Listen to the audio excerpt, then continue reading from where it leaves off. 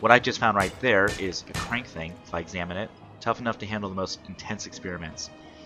So what that means is, I don't know, I've never actually collected all those together. There's a whole bunch of different little parts that you can find, and you can kind of gather them together and try to create something. Um, and you just kind of get those by exploring. Generally, you'll find a bunch of those just kind of around near roads, which is what I just found right here. But you know, you do actually travel faster when you run around on a road. And in the very first couple days of the game, I always say it's really super important to find roads, because when you find a road generally almost always leads to a pig village. And the pig village allows you to get some allies, as well as allows you to, help protect yourself. You have to kind of befriend them and make friends with them, but as it currently stands, pretty much as everything in the game is trying to kill you. I mean, you'll just run across a whole bunch of different stuff in the game that's always going to be like trying to go and do you in, and just destroy you in as many ways as possible. And they're one of the few guys that you can come into contact with that, while they're wary of you, they'll actually help you. You know, they'll attack things as well, like spiders, and those are just spiders that I ran across. They come out during the dust time. Those guys, they drop silk, and they also drop spider meat, things of that nature. So when the time comes, I'm going to have to start harvesting them for silk, which allows me to go and gather and create a bunch of new items and equipment that I'm going to need if I want to survive the harsh wilderness of the Don't Starve game. But regardless, it's, like, for instance, I was telling you before, that around 7 to 10 days into the game, and about every other 7 or 10 days, you're going to get attacked by wild dogs, just, willy-nilly, out nowhere, just kind of going, make things a little crazy and a little different. Uh-oh, is this it? Usually you find like a large clearing, and you'll find a whole bunch of food kind of sitting around, and this is kind of like a small little pig village. Generally there'll also be a bunch of food in here as well. I'm not looking around. Also, let you know you can use your mouse button to zoom in or zoom out, which is kind of helpful if you're looking around and trying to find specific items out and about. Now that it's dark, let us break out our torch.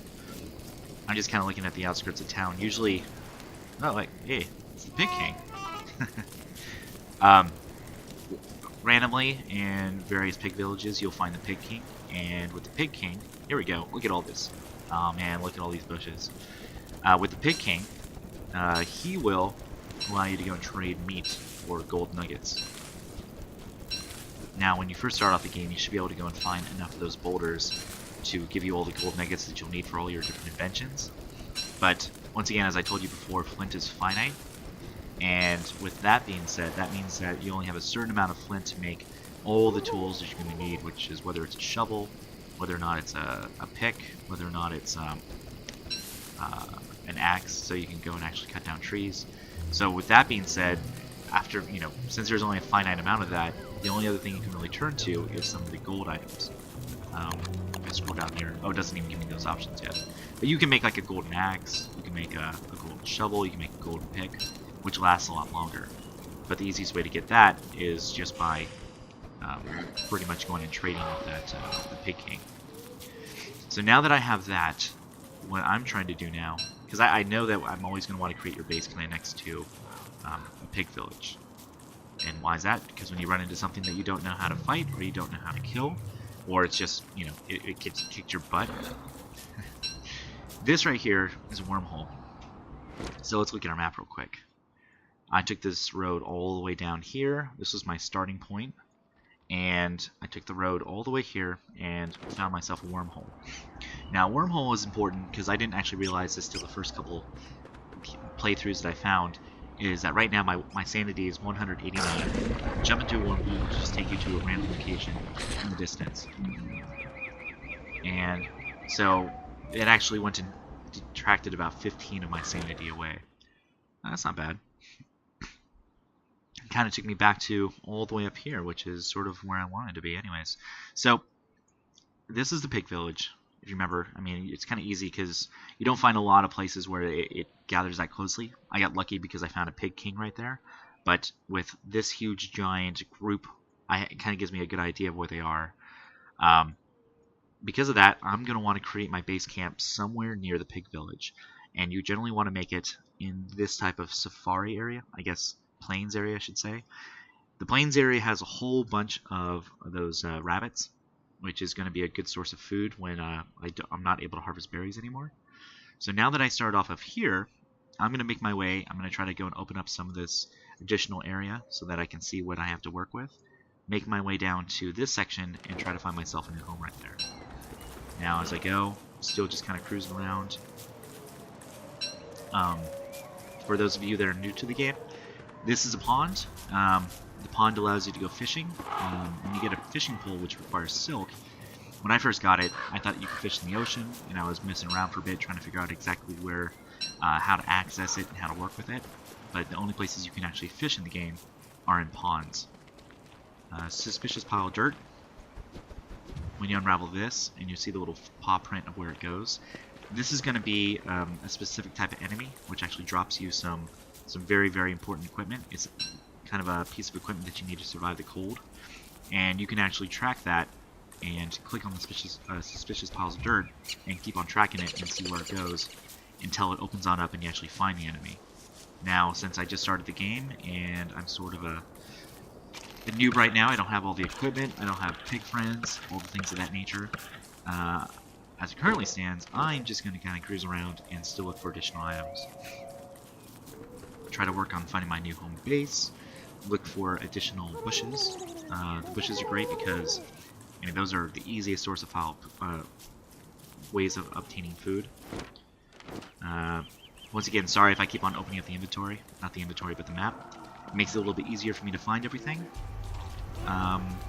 Reeds. These are pretty important. Oh, crap. Yeah, those tentacle dudes will kick your butt. I'm actually going to take the road, and I'm going to go the opposite way right now to see where this leads. I wouldn't be surprised if this actually takes me to another pig village. Those are the tentacle monsters in the swamp. Tentacle monsters in the swamp are not your friends. They will definitely want to try to kick your ass, which is never a good time. Actually, the last time I was playing the game, I got killed by one of those things because I wanted to try killing one and seeing when it dropped, and it just completely obliterated me. Yeah. I have 100 health, it hit me twice, and it dropped me down to 32, so that's how that goes. With that being said, let's see, I have 32, some berries, and it just gives me 1 additional health every single time. So that's pretty cool. As it currently stands, if you notice that, I have a road, the little brick road right here, and it took me one way all the way on over to this pig village, which is going to be a pig village without a king, I'm guessing. But what it does have is tons and tons and tons of berries. It has grass. Yeah, most pig villages just have a ton of berries in them, which I'm actually going to harvest for my own and bring them on over to my little village. My little encampment that I'll be making in a little bit. Nice. And turkeys, which they call gobblers in this game, those guys are kind of assholes. They're kind of a pain in the butt to kill until you get farther on in the game, because they run faster than you do. Which isn't, I guess you could say it's not very surprising, but, I mean, you pretty much, as it currently stands right now, you just can't kill them. And what they do is they'll run around and they'll eat the berries. So, berries, which is what you eat to stay alive, and they'll eat them as well. And so if you don't actually take care of them or deal with them in any situation or run them off, I mean, they'll just go and they'll eat up all the berries around you. And you can get yourself into a pretty hairy situation later on where you don't have enough food. It'll just kind of like, you'll be running around looking for food, going to the places that you have on your map, and there'll just be a bunch of gobblers there, and they'll just eat up all your berries and piss you off. Because you literally can't find any food. Once it's nighttime, the pigs are going to go and run back to their houses. Until you become friends with them, they'll continually run away from you. And even when it's like nighttime, you'll be able to see in the distance that their lights are on. And if you get close enough, they'll just turn off their lights. As you can see, they want to go back home. So you get close enough, turns them off, tries to pretend like he's not even around. Okay, so I've gotten enough. I have enough items. I've collected a ton of grass. I've gotten a bunch of rocks. It's starting to get night again. I think it's about time for me to go and create my new base. So, with that being said, let me eat a little bit more. More just doing that so I have additional health. As you can see, my carrots are starting to spoil. Now, once I get actually over to my campfire, and I should say my base, where I'm going to build my campfire. Pretty much anything that's green, the very first time through, you can actually cook it on your campfire. It'll make it more powerful, and like its regenerative abilities, whether or not it satiates your hunger more, or it gives you back more health. So pretty much if you can, you're going to always want to actually cook your food, and you'll be able to create some additional items in the future which allow you to cook your food and combine them in a variety of ways. So once we get there, we'll start working with that, working on some recipes and creating some tasty num-nums for us. Now, I'm actually just running along the road right now. I should actually go off the road so I can actually explore a little bit, just because I want to move a little bit faster, so we're getting ever so closer to our nighttime area where I can't see very much at all. But it's good to explore. Like, the actual spider dens will pop up on your map, so you'll be able to see that. So you know where to go to farm for silk. Let's look at the map. I'm thinking right here is where I want to explore, but in the meantime, I'm just going to check out the boundaries and the borders around here. So let's see. I do not actually have myself another torch ready and available in case I run out. So I'm going to build one in advance just in case, so I have it available, have it around. Now let's see. It's getting nighttime. Let's open that on up. I want to see how big this area is, how many little holes there are. Now, what you can actually do is you can create traps, and you can use the traps to capture the animals, the rabbits.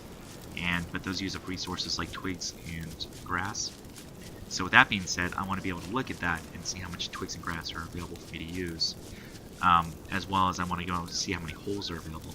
Because if this section doesn't really have a lot, I might want to go a little farther away to find a better location for my home base.